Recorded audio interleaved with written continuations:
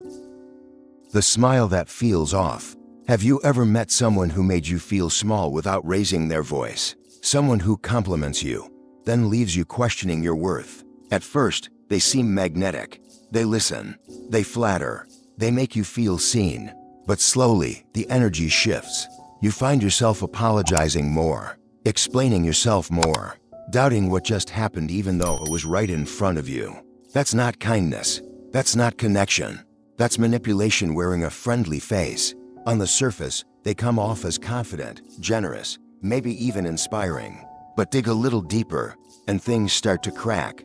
Their compliments, strategic. Their stories, edited for sympathy or status. Their charm, a costume. Because they don't want real connection. They want control. They don't care about truth. They care about staying on top. And the scariest part? They don't need to yell or threaten. They just twist the room around them until you lose track of where you stand. It's not an accident. It's a system. They feed off your reaction. Your confusion is their comfort zone. Your self-doubt is their playground. And the more you try to make sense of it, the more tangled you become. But there's one thing that flips the script. One question that shatters the mask. Let's pull back the curtain. Let's look how narcissists shape reality and how you take your power back by refusing to play their game. 1. The mask that wins you over. Have you ever met someone who seemed almost too good to be true? Someone who walks into a room and instantly becomes the most interesting person in it. They're smooth. They say the right things. They read the room like a script they've already rehearsed. You find yourself drawn in, not just impressed, pulled, like you're lucky just to be in their orbit. At first, it feels like connection. They're attentive. They mirror your emotions. They tell stories that hit just the right emotional notes. They open up just enough. They hint at struggles just enough. They make you feel like you're special for seeing the real them. But that's not connection. That's strategy. Because nothing about them is accidental. Every story, every pause, every glance calculated. They're not being authentic. They're auditioning. And you're not a friend. You're an audience. They don't want intimacy. They want admiration. And if kindness is what gets them praise, they'll perform it like a script. If pain earns them sympathy, they'll wear it like a costume. They don't build relationships. They build roles and assign you one. Your role is to believe them, support them, chase their approval. Because underneath that confident smile, underneath the charm is fear. A fear of being ordinary. A fear of being invisible. A fear of being truly known and rejected. That's why everything has to be controlled. That's why their image is everything. They need you to see them a certain way because without it, they fall apart. This isn't about confidence. It's about survival. They perform to stay in control. And the better the performance, the harder it is to see what's really happening. You think you're connecting with a strong, charismatic person, but really you're being pulled into a script written to feed their ego. It's not always loud. It's not always cruel. Sometimes it looks like love. Sometimes it looks like friendship. But if you step back, if you really pay attention, something feels off. It's always about them. Your needs fade out. Your voice gets quieter. Your energy gets drained. Because this isn't mutual. It never was. And the moment you stop clapping, the moment you stop playing your assigned part, you'll see what they were really after. Not love, not truth, just the spotlight. But once you stop being impressed and start paying attention, something darker begins to show. 2. The fight you'll never win. Have you ever walked away from an argument feeling like you lost even though you told the truth? Have you ever replayed a conversation over and over, wondering how the facts got flipped? You said what happened. You explained how you felt. And somehow, you became the problem. That's not just miscommunication. That's a setup.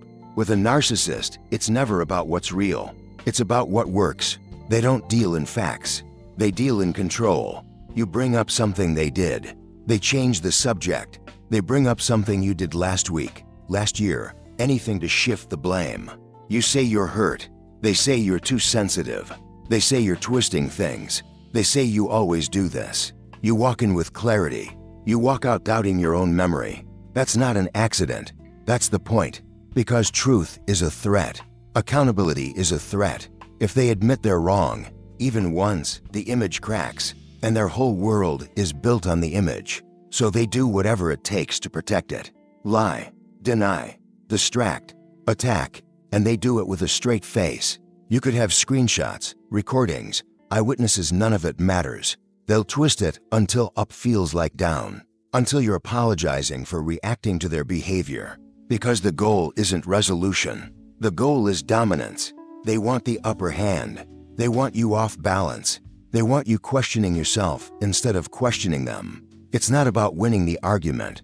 It's about wearing you down until you stop trying. And when you finally go quiet, they call it proof that you overreacted, that you're unstable, that they were right all along. It's a loop, one designed to keep them spotless and keep you stuck. So here's the truth. You will never win a game that's rigged.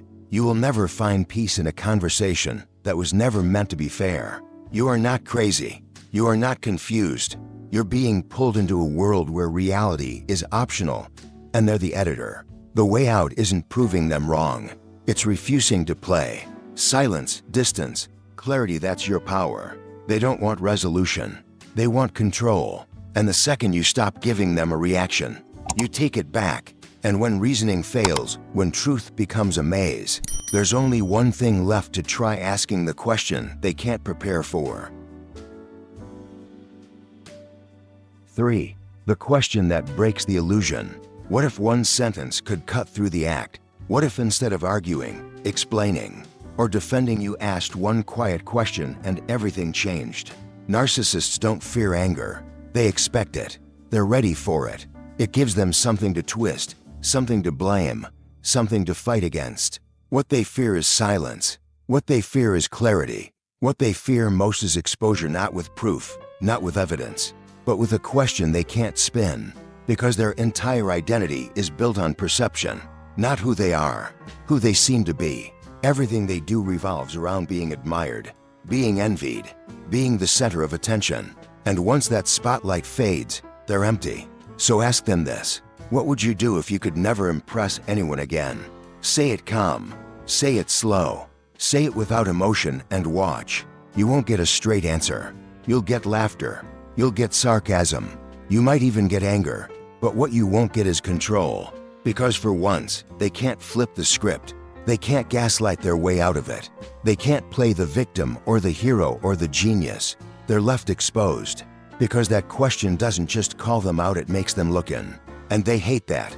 They hate the idea that without an audience, they're nothing. They hate the silence that question leaves behind. Because in that silence, the truth is loud. All their charm, their vulnerability, their grand stories, none of it matters if no one's watching. They don't exist for themselves. They exist to be seen. Take that away, and the illusion cracks. This isn't about revenge. It's not about making them admit anything. It's about snapping out of the trance they pulled you into. Because the moment you see that their power depends on your attention, you realize you can shut it off. You don't need to expose them to the world. You just need to stop reacting. You don't need to prove they're fake. You just need to stop playing along. They built the stage. They wrote the lines. They expect you to keep clapping. But now you know the truth. They aren't strong. They aren't deep. They're desperate.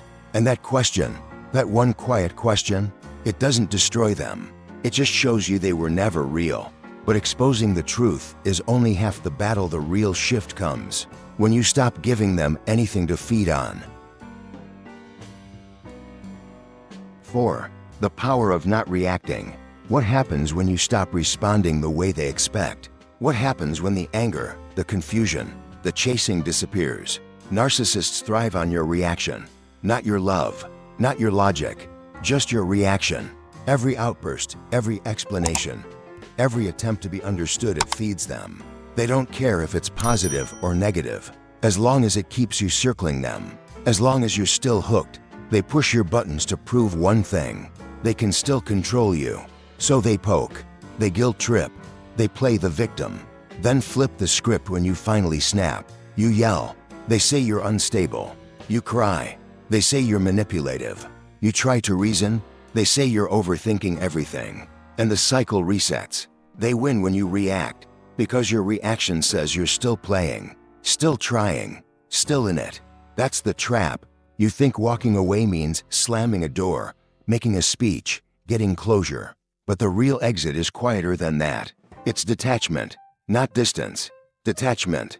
You can be in the same room and still not play the game. You can smile and still not buy the performance. You can answer plainly and still hold all the power. Because when you stop giving them the emotional payoff, they starve. They say something cruel. You don't flinch. They bring up the past. You don't engage. They bait you into proving your side. You let it hang in silence. That silence, it terrifies them. Because it's not passive. It's not weakness. It's power. It says, I'm not here to fix you. I'm not here to beg. I'm not here to explain reality to someone who profits from distorting it. They panic, not because you're gone, but because you've gone neutral. You're no longer a mirror for their ego. You're no longer the audience for their drama. They lose their grip the moment you stop dancing to their rhythm. And no, they won't go down quietly. They'll poke harder. They'll test your silence. They'll push every old button. But when it doesn't work, when your nervous system stays calm, when your face doesn't change, that's when you win. Not because they broke, but because they don't matter anymore. They can only control what you give them access to. The moment you detach, really detach, you're no longer a character in their script. You're the one holding the pen. Because in the end, it's not about defeating them, it's about walking away with your mind intact and your peace untouched. The exit is quieter than you think. How many times have you tried to get them to see what they did?